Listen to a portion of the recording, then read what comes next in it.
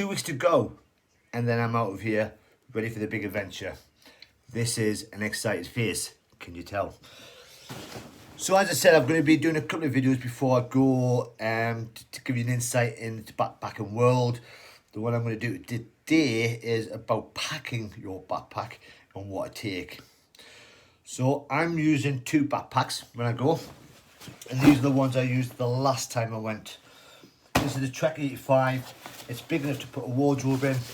It's got 2 separate pockets on the side where you can put your toiletries so you can get into it easily enough.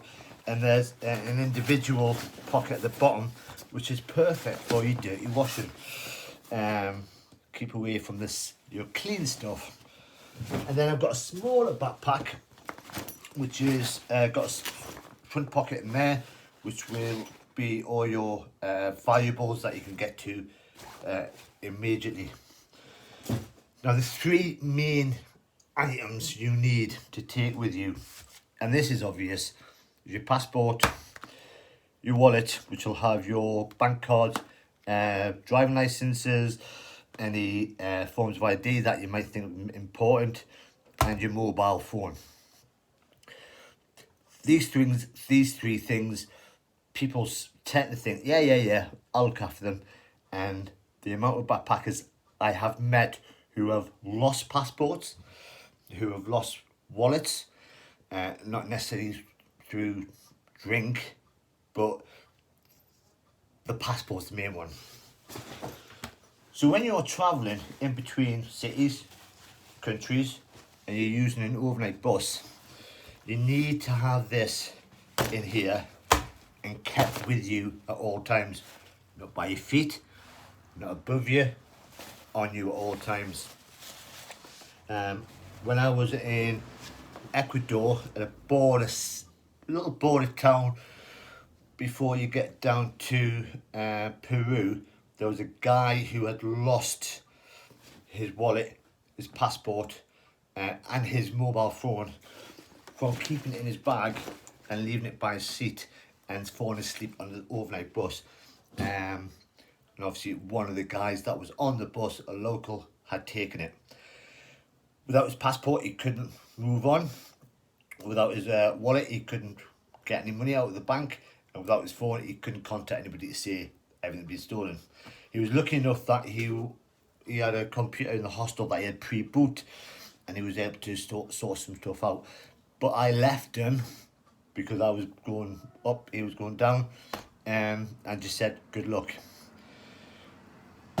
The things I'm going to be carrying in here, that's going to last me for a year. 4 t-shirts, 4 pairs of shorts, flip-flops.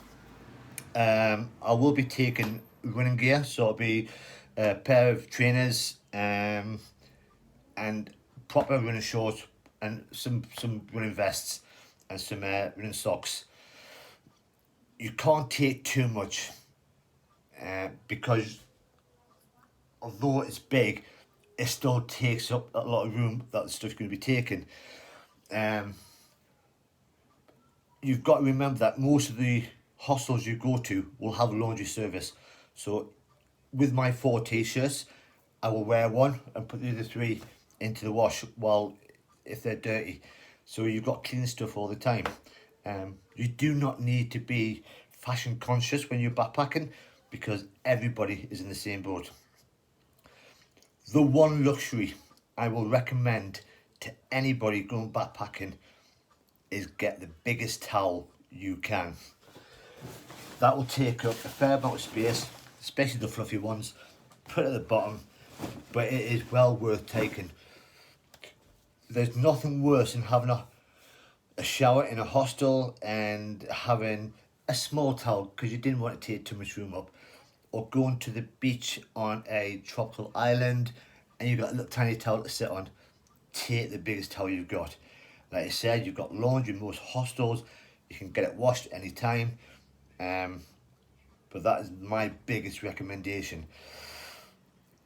There's other little things you can take with you that many people don't think about and sometimes can be hard to get abroad.